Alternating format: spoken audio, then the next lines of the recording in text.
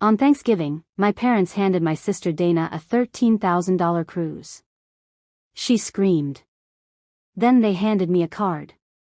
Inside was a $2 scratch-off and a note in my father's handwriting. Don't spend it all in one place. The whole table laughed.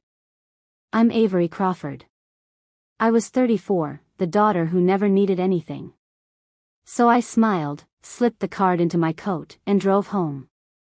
3 weeks later, that ticket was worth $100 million. And by the time my family found out, my phone showed 79 missed calls. Welcome back to Lineage of Lies, where quiet women with long memories finally get to tell their side. If you've ever been the one who got the card while someone else got the cruise, you already know how this feels. Drop a comment, subscribe, and let's go back to that Thanksgiving. I'm a pediatric nurse. I hold small, scared hands through 12-hour shifts, and I'm very good at staying calm when everyone else falls apart. That calm followed me home. At my parents' house, I carved, I refilled glasses, I noticed what everyone else forgot. Nobody thanked me. It was just understood, Avery handles things. Dana arrived late with her husband Kyle, and the whole room rearranged itself around her. I stayed in the kitchen, listening to them fuss over her highlights and his promotion, and I told myself it was fine. I'd built a life on not needing them, a job I loved, savings I'd built alone, a quiet apartment. I believed I didn't need their fuss. Right up until they showed me exactly how little I was worth. I'd worked out years ago why my parents stopped investing in me. At 17, I got a nursing scholarship and worked nights for the rest. They took that as permission to stop worrying. Avery's got it handled. Meanwhile, Dana needed everything, and need was rewarded like a talent. Her car, her wedding, her down payment, Kyle's failed business, my parents absorbed every loss. Every time Dana held out her hands, they filled them. Every time I stood on my own, they took it as a sign they could ignore me. I used to think that was a compliment. I learned the hard way that in some families, being strong just teaches people they can stop holding you. After the pie, my mother handed Dana a cream envelope. She shrieked, a $13,000 Caribbean cruise. Tears, hugs, Kyle shaking my father's hand. Then my mother turned to me, her face amused. Now, we didn't forget you, Avery. The table chuckled before I'd opened anything. She handed me a bent card. Inside, the cheapest $2 scratch-off they sell, and my father's blocky handwriting, don't spend it all in one place.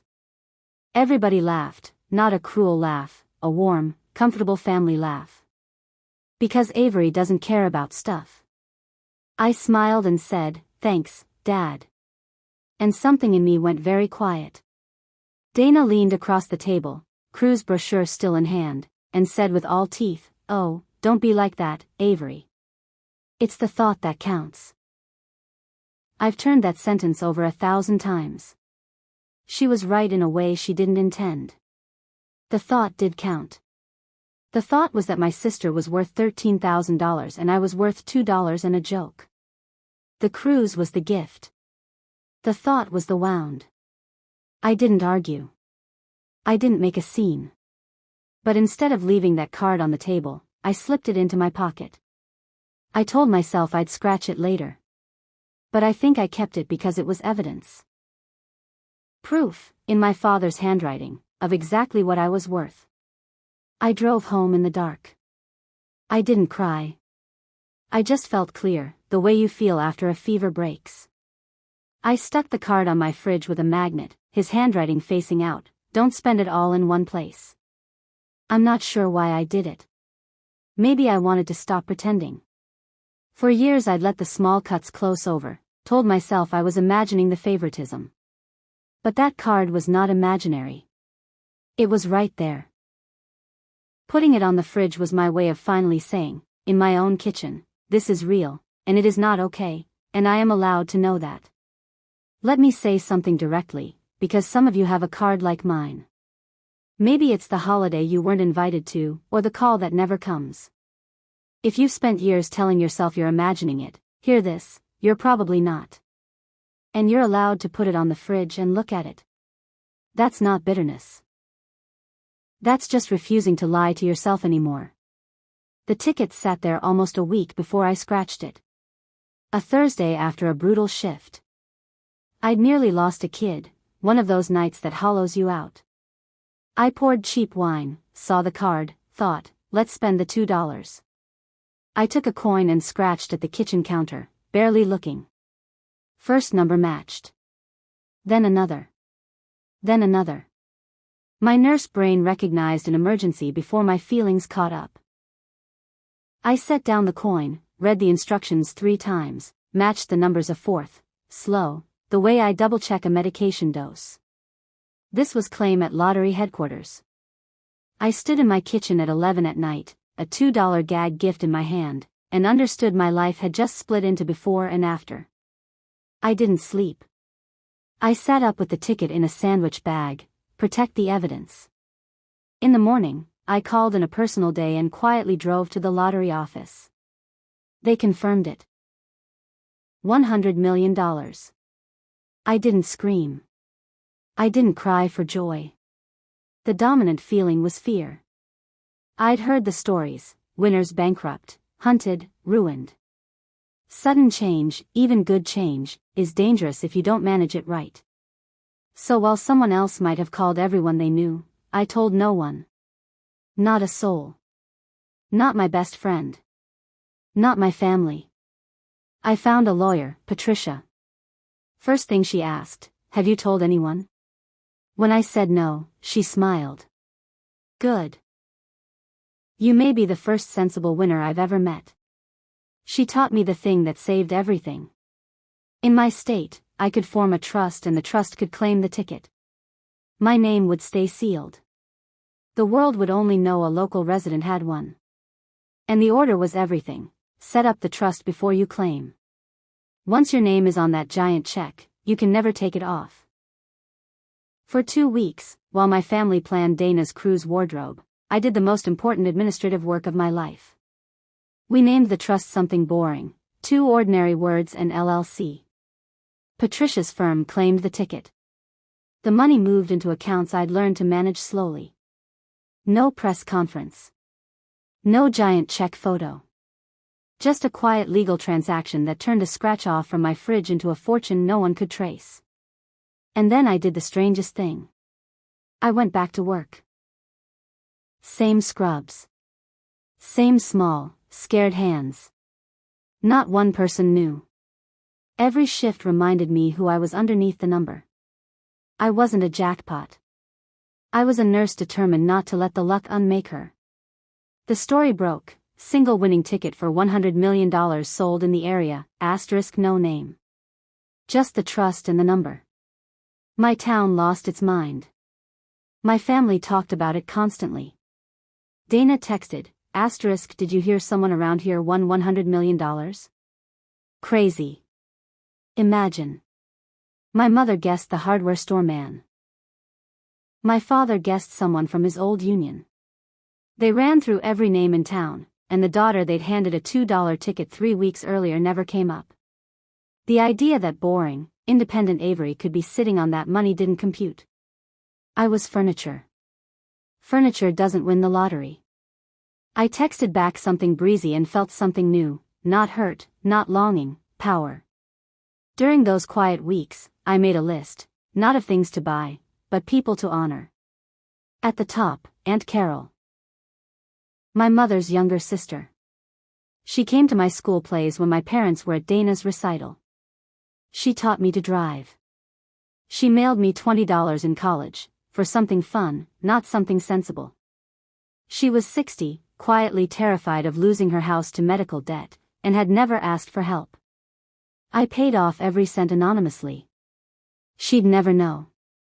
That was the point, no strings, no performance, just the thing she'd given me my whole life, handed back. I also made an anonymous donation to my pediatric ward, equipment we'd needed for years and a family assistance fund. Then I worked my next shift and watched my colleagues cry over the email. I cried right along with them. Nobody knew the gift was standing in the room. A secret that big can't stay sealed forever. The convenience store clerk remembered my father buying a single $2 scratch-off with holiday cards. The store got a bonus, someone mentioned it was a gift, a cousin put it together. "Avery, did you win?" I didn't answer. I finished my shift. By the time I clocked out, my phone was ringing off the hook. Mother. Father. Dana. Kyle. I sat in my dark car and let them ring. Late that night, 79 missed calls. The texts were a study in sudden love. My mother, "Sweetheart, we are so happy for you.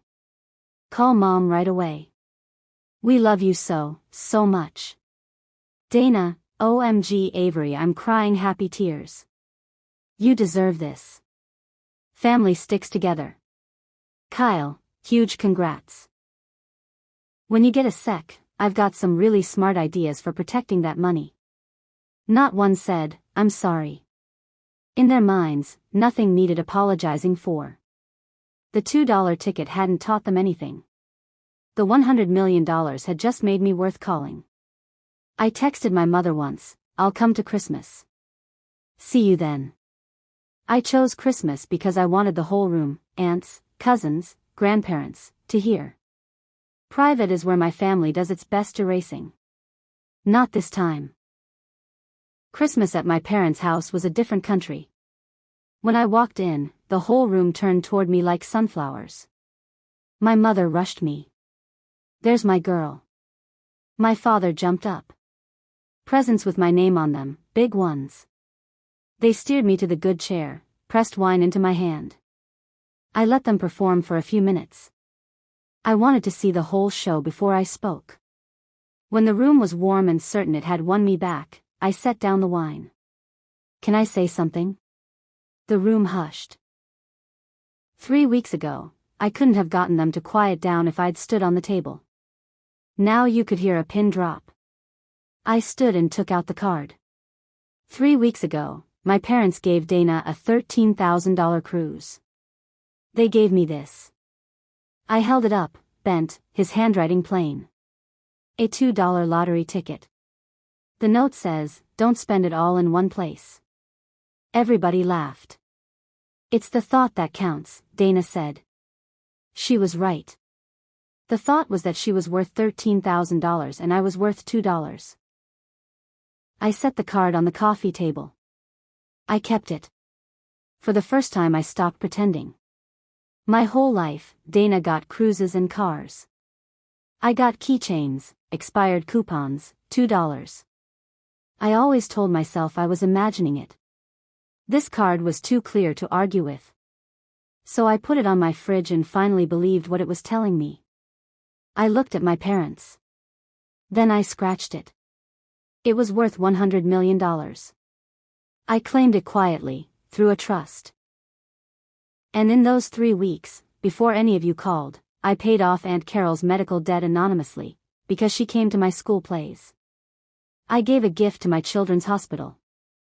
I'm funding a scholarship for nursing students putting themselves through alone. You valued me at $2 for 34 years. Now that it's $100 million, I'm your baby girl again. I'm not funding a single person in this room. It's not revenge. It's just the receipt. The warmth curdled. My mother's tears flipped from joy to injury. "It was a joke, Avery." "Kyle, that's family money." Dana started, "Avery, it's the thought," and then she heard herself. Her own words. She stopped. Almost real shame. I picked up my coat. "Merry Christmas. I do love some of you. I just won't be buying any of you." I left the card on the table and walked out. The quiet in the car felt like the cleanest thing I'd ever breathed. The fallout? Predictable. My mother told everyone the money had changed me. Fewer believed her than she hoped, they'd been in the room. You can't unsee a woman screaming about owed millions next to a $2 card. I still work at the hospital. I still hold small, scared hands. Most days, nobody knows. My door is open to those who valued me when I was worth nothing, to Aunt Carol, always. To Dana, maybe, if the apology stays real and free of asking. It's closed to anyone who only found their love at the bottom of $100 million. I don't keep the card on the fridge anymore. The people who price you cheap are only telling you what they're worth, not what you are. So that's how a $2 joke taught my family the real cost of underestimating someone. If there's someone in your life who keeps handing you the cheap gift, believe them the first time. Then spend your one wild life on the people who never put a price on you. If this reached you, leave a comment, share it, and subscribe to Lineage of Lies.